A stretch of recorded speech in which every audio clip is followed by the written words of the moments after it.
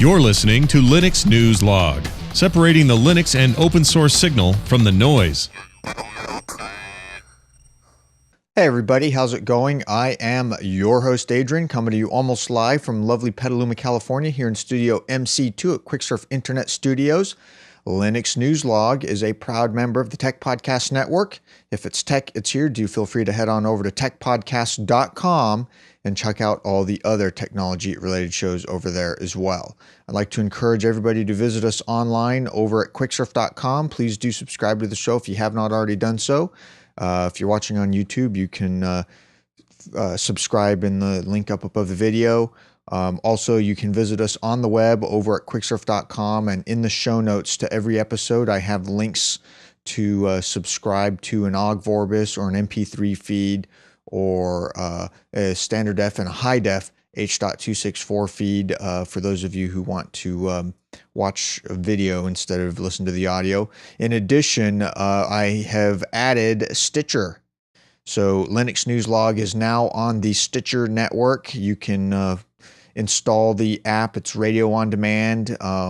Stitcher.com. Go check it out. And that's another avenue of getting the show. So please do go check that out as well.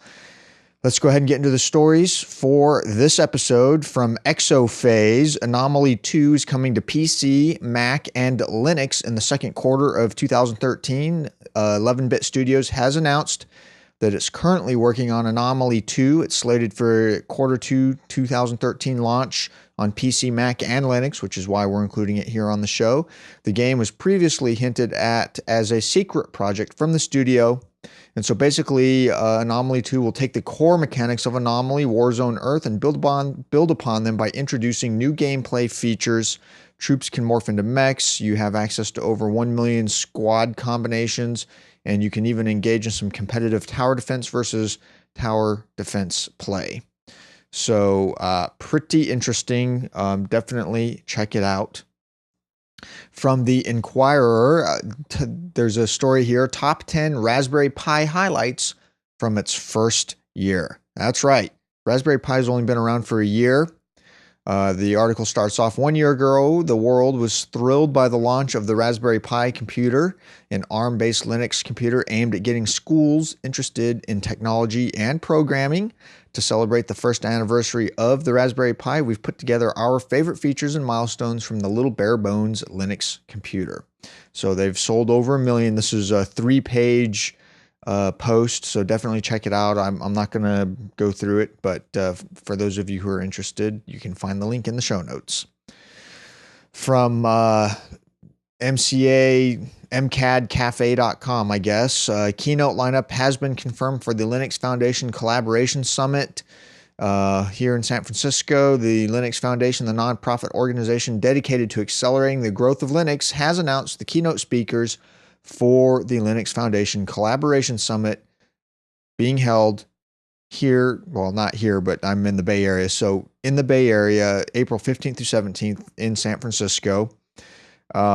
Confirmed keynote speakers, Netflix's Adrian Cockcroft will discuss the challenges and demands of living in a world of cloud-based services. LWN.net editor and Linux kernel developer John Corbett. He's going to update attendees on the state of the Linux kernel and a new Linux weather forecast. Jaguar Land Rover's technology lead for the next generation of infotainment systems, Matt Jones, is going to cover how the company is using Linux and collaborative development model to design the cars of tomorrow. Adaptiva CEO Andreas Olofsson will introduce summit attendees to Parallella, a $99 supercomputer and Kickstarter project with the goal of democratizing access to parallel computing. Dr. Sangbum Su, VP of the software platform team in Samsung's Software R&D Center, will speak about the importance of open source software from mobile to cloud at Samsung Electronics. Red Hat Gluster Community Manager John Mark Walker will share how open source data storage is at the vanguard of a new era of data storage and management. And the Linux Foundation Collaborative Projects panel is hosted by Linux Foundation Executive Director Jim Zemlin, will include project leaders from Open Mama, Yocto, and a special guest from a new initiative to be announced on site. So that's just keynote speakers. They've got a whole list of day 2 and 3 work group meetings and that sort of thing. If you're planning to go, definitely check it out. Any of you in the audience, I work and live in the Bay Area,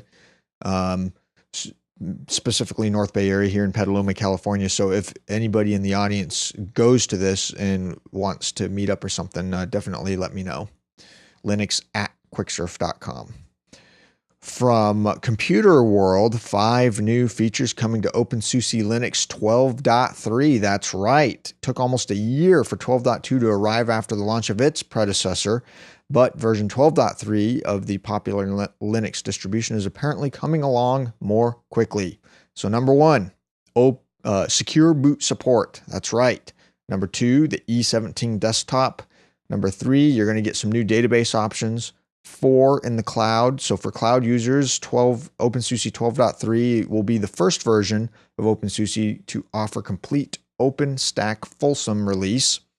And 5, a raft of updates, which is par for the course for any new Linux distribution. From Open Source Insider over at computerweekly.com, the embedded industrial Linux drives Mars Rover. The proximity of Linux to server-side back-office heavyweight environments has been a characteristic of open source operating system environments since their early beginnings. So, as the article points out, it should be no major surprise then to see that our embedded industrial Linux world is embracing open computing and working hard to embed, excuse the pun, the technology to ever deeper levels. So Intel-owned Wind River is the latest to cement its industrial open computing position with the new membership of the Open Source Automation Development Lab, OSADL. So pretty interesting. The Mars Rover obviously has Linux. It's run by Linux, so definitely check this article out. From Computer World, again, Linus Torvalds speaks out with a secure boot plan. That's right, a secure boot plan. The ongoing secure boot saga has already caused no end of controversy in the Linux community over the past 18 months or so, but the vitriol that's been made apparent so far pales in comparison with that evident in a recent debate on the Linux kernel developer mailing list. So, Torvalds is basically saying he's not going to do anything special to accommodate Microsoft, which, makes sense. Linus basically responded to what Red Hat was attempting to do because Red Hat submitted a request for changes to be made to the Linux kernel 3.9 to extend Linux to support for secure boot. Linus's response was basically no. And essentially said if Red Hat wants to deep throat Microsoft, that's your issue. That has nothing whatsoever to do with the kernel I maintain. So, it's it's going to be kind of interesting. I'm curious to see how it's going to work out. But Linus is not going to do anything special to support secure boot. I think in the long run, he's going to have to do something, or, there's going to be a whole generation or more of hardware that, Linux cannot run on. The Sacramento Bee has a story over at sacbee.com. Borqs joins Linux Foundation to promote Android development and innovation. 6 members from Android, embedded, and cloud communities to contribute to the development of Linux. This is pretty neat. So Borqs International Holding Corporation is a global provider of integrated end-to-end mobile communication and software and solutions. They have announced that they are joining the Linux Foundation. Borqs has 4 offices in the APAC region located in Beijing, Bangalore, Wuhan, and Shenzhen. In the future, Borqs will participate in the Code Aurora Forum and other Linux Foundation activities, including the Linux End User Summit. So should be pretty interesting. I'll keep an eye on that to see what comes of it. From Electronics Weekly, Wind River joins Safety Critical Linux Push, which is the open source automation development lab, which we talked about previously. So their main focus is Linux and real-time and safety-related systems and the special drivers for the Linux kernel required by the automation industry. So be keeping an eye on that. From Network World in the Linux Tycoon blog, he has a post here, 9 Linux podcasts you should follow. I'm including this list simply because I think that it's a great list. And if you're listening to my show or following my show or watching my show, these are 9 other shows that you should give a fair shake as well. Now, I will note, my show, Linux News Log, is not on this list, and that's okay. The one thing that I do find quite interesting is, with the exception of the Linux Link Tech show, I've been doing my show longer than all of the other shows on this list. So, quite interesting. Anyway, he starts off This Week in Linux is a great show you can check out. Floss Weekly, the Linux Action Show, the Linux Link Tech Show, Going Linux, Linux Outlaws, Mintcast, Ubuntu UK, and World of Linux. So, yeah, the Linux Link Tech Show has been going since 2003. I started this show in late 2004. I think my first episode was October something 2004. It was October or November in 2004 when I started this show.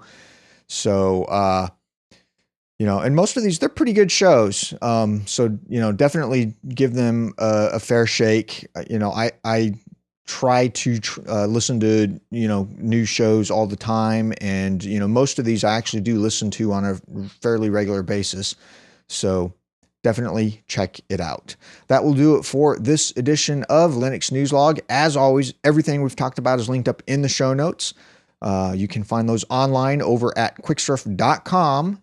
So please do visit us online and subscribe to the show if you have not already done so. Check the show out on Stitcher and YouTube as well. And I'll see all of you next time.